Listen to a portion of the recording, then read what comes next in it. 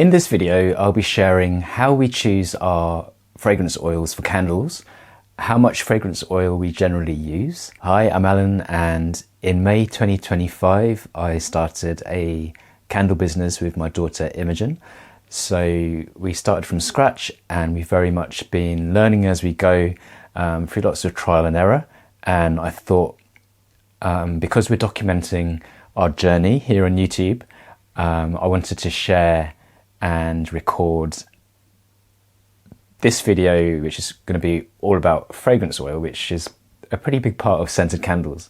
When we started to look to buy fragrances online, there's just so many, and of course companies are all going to say that their oils are super concentrated and amazing. You know, their business is not going to go, yeah, our oils are only so-so. And seemingly most companies have really good reviews, which is a good sign. But it's important to remember that fragrance oils are used in not just candles and melts, like we'll be using them for, but also everything from bath bombs, soaps, room diffusers, room sprays, body lotions, what else? Shower gels, so many uses. So of course, depending on how you're using the oil, it's going to perform better or worse. So we didn't know this at the beginning, so we were just buying what sounded like it would smell really nice, and it was a bit of a lottery. Sometimes they would be really good, and other times in a candle there would just be no hot throw when we lit the candle. So this got me thinking, yeah, what's going on here? So one of the tips to avoid having loads of oils that you can't really use, for candles at least, is to see if the supplier actually states that their fragrance oils are developed for use in candles. That's one good thing. And also pay attention to the reviews. Don't just go, oh yeah, this has got 5 stars, so it must be good. You've got to kind of read the comments, and pay attention to what the customers have been using the oil for. And really you want to look for things like, our candles smell amazing, or our customers or family, or the person using the oil has been really happy with the candles. And a really good clue is if they mention great hot throw. Cold throw, yeah, it's nice to have, but I think for candles, hot throw is the thing to really to crack. So that's my advice and what we follow to avoid getting loads of oils that we can't use, and we've got quite a collection now. And what else do we look for in fragrance oils? Because we want to be, with Imogen being so young as well, we want to be a sustainable company, not just eco-conscious, but hopefully eco-positive with our tree planting for every candle order.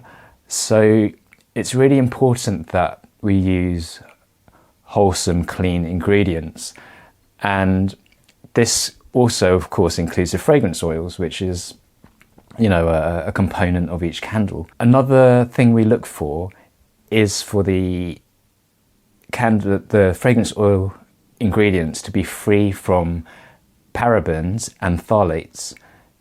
So you've probably heard about these two groups of chemicals, and they've had a lot of bad press. They are useful, and they've had a lot of bad press because they are potentially hazardous to health.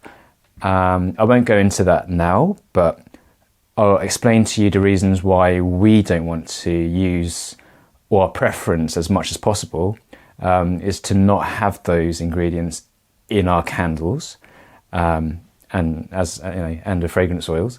So if we start with parabens, these are actually preservatives. So, you know, a lot, and they're included in a lot of cosmetics, because really, yeah, you don't want your creams and things to go moldy.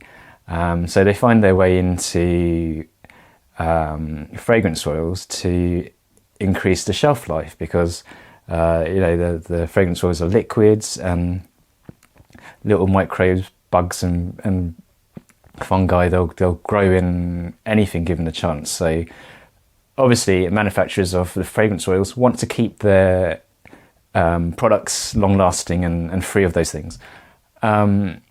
So, and also the quantity that added in on these end products is probably not overly hazardous, otherwise the shops wouldn't be allowed to sell them, right? So why it matters to us is we are using expensive pure plant waxes that are biodegradable.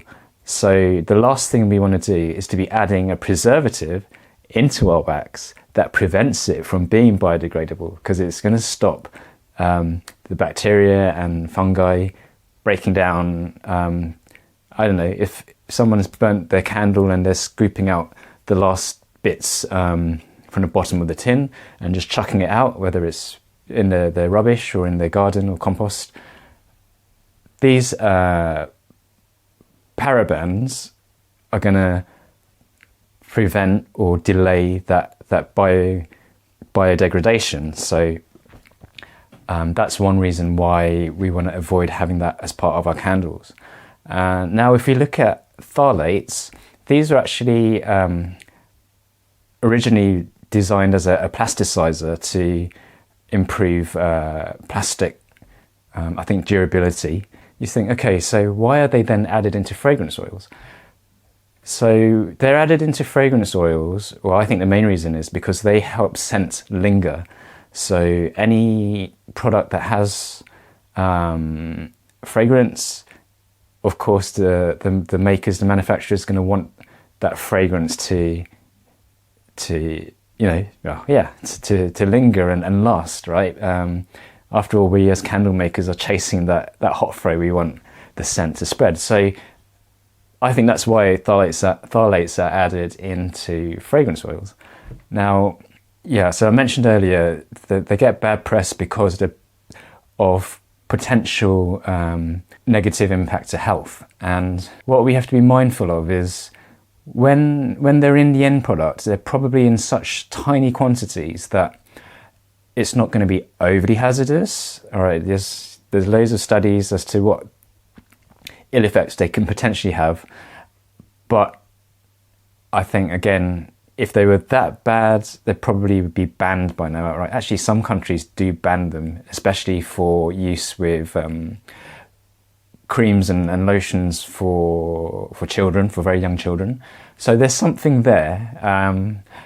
But as candle makers, you've got to think, you're not just making that end product, you're actually handling the really super concentrated fragrance oils where these chemicals are really highly concentrated. So for that reason, we don't include them, because we're using these oils, right? We've got bottles and bottles of them all around our house. Well, not all around the house, but in our house. So yeah, I think in that high concentration, there's probably going to be the potential for harm is going to be higher, right, than in the finished candle, or if you're making lotions or soaps or whatever it is.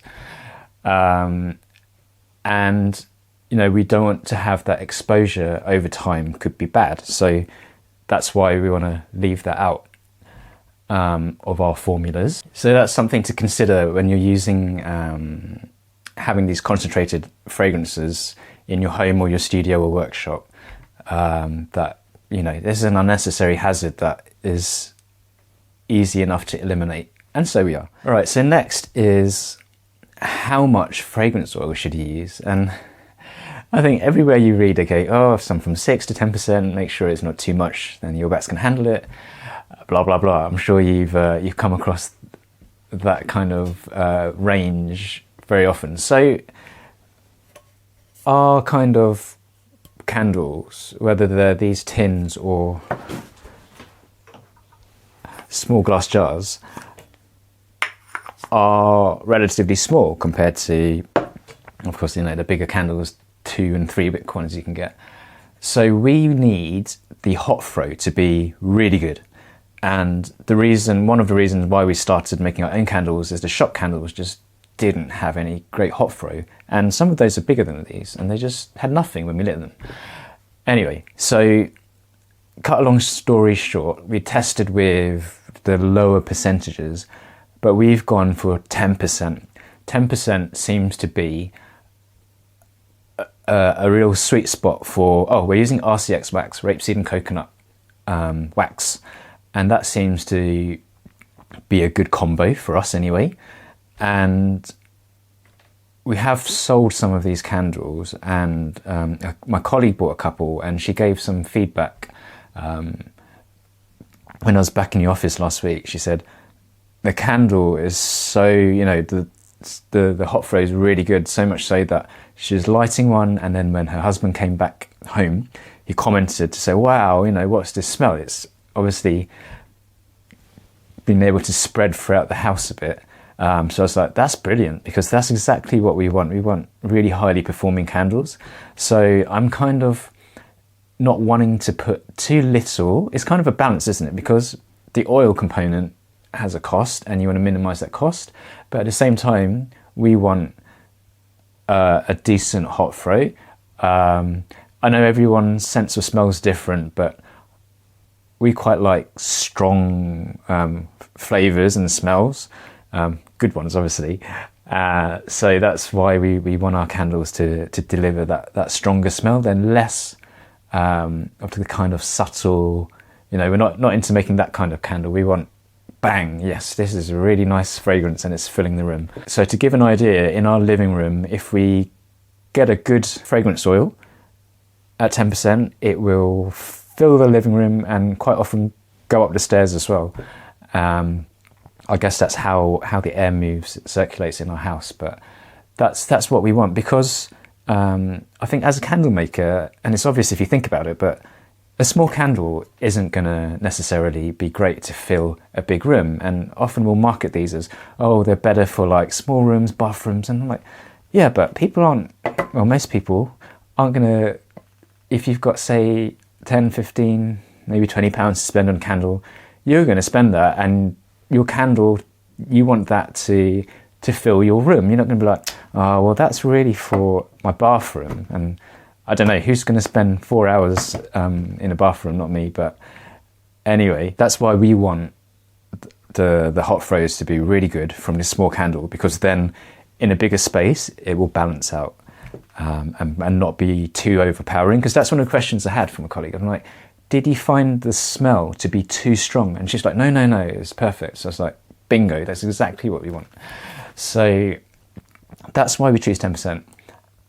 Now, there are, of course, some challenges with having that much oil in the wax. And last summer, which is 2025, in England at least, we had 30 odd degrees Celsius days. So even in the house, it was like high 20, 27 Celsius at some point. This room gets all the sun in the afternoon, so it heats up really nicely. And what was happening, I'll see if I can find a picture of it, but the oil was actually sweating from the top surface of the wax. Not too much that it was like dripping or it would, pool, but you definitely noticed that. So that's something to note. Now we test each candle with multiple burns from start to finish, and it didn't have any kind of dangerous flames from that.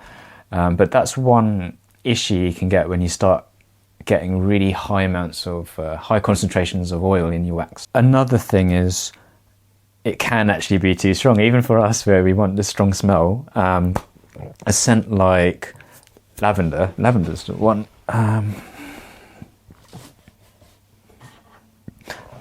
So this is a tester of lavender fragrance oil at 10%, and I think I've finished a test, but it actually had some issues with the flame. I think the oil, that's another thing, with too much oil, depending on your wick, it can interfere with the performance, because the wick needs to be able to draw up the wax to burn for the flame. And I think when there's too much fragrance oil, it can have a negative impact on that, and the flame is a bit like, not all there, you know, a bit feeble slightly with this lavender. And I don't know if it's the essential oil component, but the lavender fragrance oils, the ones we've got anyway, do have some actual essential oil in them. And another thing, even with that kind of feebler flame, so because the flame wasn't like full power, so that's why we've got, I wouldn't say tunneling, you call it hang up. There's just a little bit of wax, not burnt around the inside of the tin. But another problem was we had such a strong smell. It was like too strong, even for me. And, you know, lavender is supposed to be more of a calming, relaxing scent, right? So that's just a bit too much, I think. So we going to do a test with lower concentrations at 8% and 6%. I think Imogen will come later and get those going. So yes, you can have too much oil, and that's why it's so important to test, right? You've got to try them out. Oh, and that was one more tip I nearly missed. Don't buy huge amounts of oil. One, because if it doesn't work for your wax wick container combo, then it's a waste, right? They have a shelf life of about, I don't know, a year. I mean, most manufacturers don't put a date on there, so it could be quite old already. And when you get it, I think it's best to buy your oils with the thought that you're going to use them and not keep them.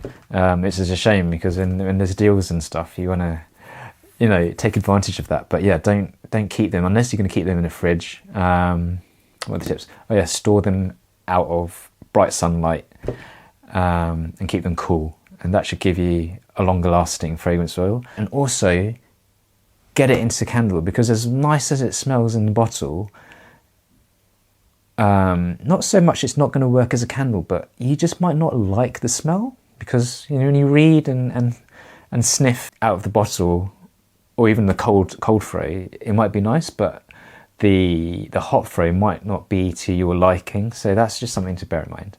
And yes, speaking from experience, we've got a few bottles of oil that I don't know whether we'll make them. Maybe, because everyone's different, and we might not like a smell so much, but someone else, like customers, might really like it. So probably, you know, turn them into candles or melt. Well, those are our tips so far. So yeah, when Imogen comes back, we'll light these. If you've got any questions or comments, do feel free to ask. And if you want to follow along our journey, do subscribe or give us a like. Let us know if this is the kind of content you want. But yeah, just in general, we're going to be sharing as much as we can. Imogen's quite young, so it's a good reference for her when she's older to carry on making these things.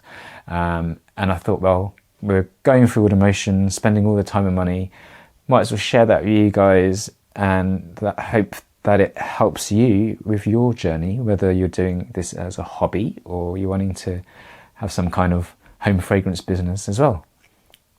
All right, so we will come back when Imogen's back home. Okay, look who's back. Hi. Okay, so Imogen's ready to light the candles. So I've weighed them already and taken down all the details. So maybe I'll put a screenshot up, but that's our test sheet that we use. So the date is 16th of January. Do you want to pop the lids off? 16:01, 25. And the time is, let's say, 7:45. So we had to wait until Felix has gone up for his bath, otherwise young children and flames on a coffee table are not a good mix, especially with Felix. And then you can go ahead and light them. So we've got lavender at 6% and 8%. And what do you think? What do you think is going to be the better one? 8. 8, okay. Because we found, I was explaining to our viewers earlier, the 10% one was a bit too strong, and it wasn't really burning properly. So that's why we're having to actually reduce the fragrance oil. Normally, we're all about lots of fragrance oil, aren't we? But okay, so this has been going on for 3 hours now. Yeah, and so this is the 8% candle. The 6% one, nothing really going on, so I won't bother with that. And this 8%, there was a bit of hot fray, but nothing No, not what I'd be happy with. So it looks like the flame isn't hot enough, and the melt pool, even after 3 hours, hasn't got to the edge of this tin.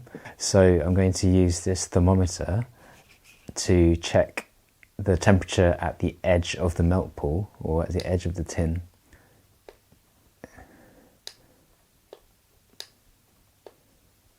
And you can see it's about 45 degrees Celsius. And apparently you need the temperature at the edge of the container to be 63 degrees Celsius, or 145 degrees Fahrenheit. And we're clearly nowhere near, so that makes sense why we don't have good hot throw. So our adventures with lavender will continue, and I think we need to go next size up with the wick, and maybe 9% fragrance oil. So hopefully having a bigger wick will give a hotter flame, hotter wax, and better scent throw, or actual scent throw. Will it work? I don't know. Hope so. But yeah, we'll have to wait to see.